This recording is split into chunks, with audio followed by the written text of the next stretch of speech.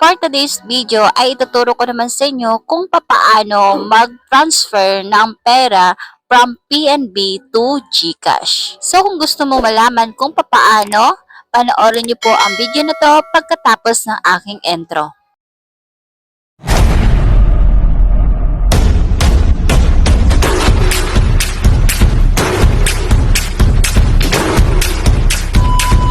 So una guys, ay punta lang kayo sa inyong PNB app. At kung wala pa kayong PNB apps, punta lang kayo sa inyong Play Store at i-download nyo lang po iyon. So back po tayo sa ating PNB apps at punta lang tayo dito sa ating account. Dito sa account nyo ay dapat ay mayroon kayong sapat na pang-transfer sa inyong GCash app. At pagkatapos ay tap nyo lang sa baba yung transfer. At dito ay scroll down nyo lang at makikita nyo dito sa baba yung third party e-wallet. Tap nyo po yun. At dito sa third party ay makikita nyo po ang GCash.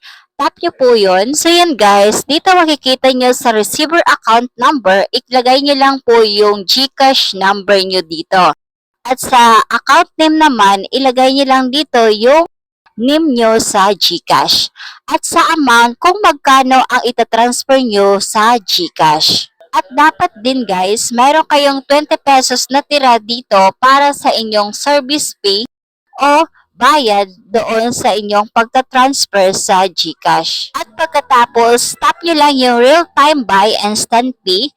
At pag okay na, double check nyo maigi yung number ng GCash nyo. At itap nyo lang sa baba yung continue. So bali dito, i-check nyo maigi yung GCash number na pagsasendan nyo ng pera. At kapag okay na, itap nyo lang yung continue dito sa baba.